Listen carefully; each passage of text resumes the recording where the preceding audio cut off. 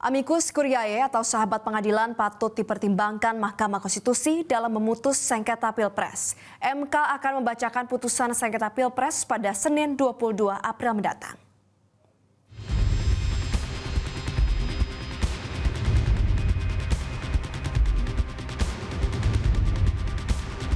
Amicus Curiae atau sahabat pengadilan hadir menjelang putusan Mahkamah Konstitusi atau MK dalam sidang sengketa Pilpres 2024 yang akan dibacakan pada Senin 22 April mendatang.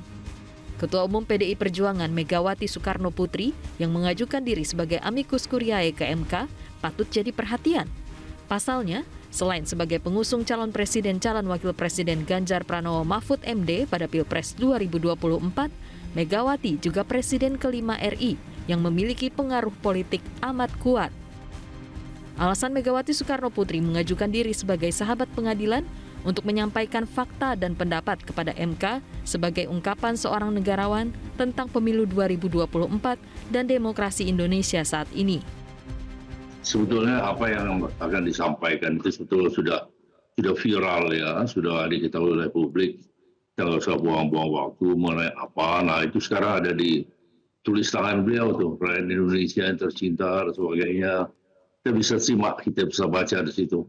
Jadi ungkapan dari apa yang beliau rasakan ya sebagai seorang negarawan ya, dan menyampaikan hal itu untuk mengetuk nurani dari orang-orang yang masih berpikiran sehat ya dan mempunyai nurani ya.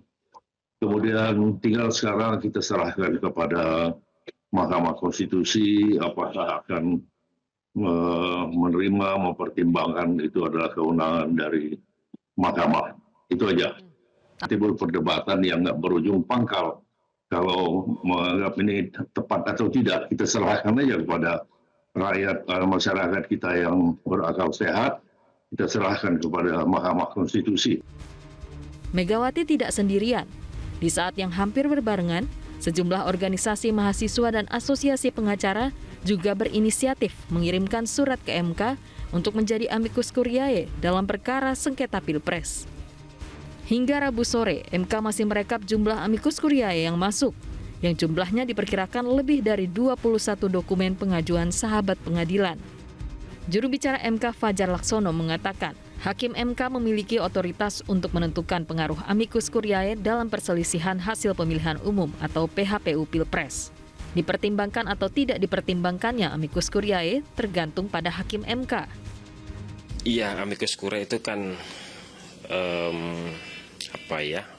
penyampaian aspirasi dari sahabat pengadilan. Amicus Curiae itu kan sahabat pengadilan yang dengan Amicus Curiae itu mereka itu merasa punya kepentingan terhadap perkara yang sedang diadili di Mahkamah Konstitusi sebagai pihak, sebagai orang-orang yang di luar para pihak di persidangan.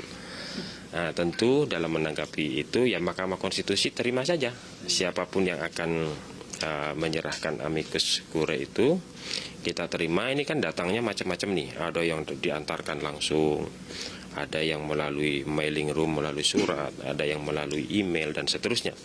Kita sedang rekap semua itu, tapi yang pasti itu semua sudah didistribusikan kepada hakim. Nah, mengenai bagaimana pengaruh Amicus Curiae itu, ya lagi-lagi itu diserahkan kepada Hakim Konstitusi gitu ya. Apakah kemudian menganggap Amicus Curiae itu relevan untuk dipertimbangkan atau tidak, mempengaruhi keyakinan atau tidak, itu kembali kepada masing-masing Hakim Konstitusi gitu. Sahabat pengadilan bisa saja digunakan hakim, mengacu pada Undang-Undang Nomor 48 Tahun 2009 tentang kekuasaan kehakiman, hakim menggali keadilan di tengah masyarakat. Fajar mengakui Amicus Curiae pernah dipertimbangkan Hakim Konstitusi dalam memutus perkara pengujian undang-undang, tapi untuk sengketa Pilpres belum pernah. Tim Liputan Metro TV.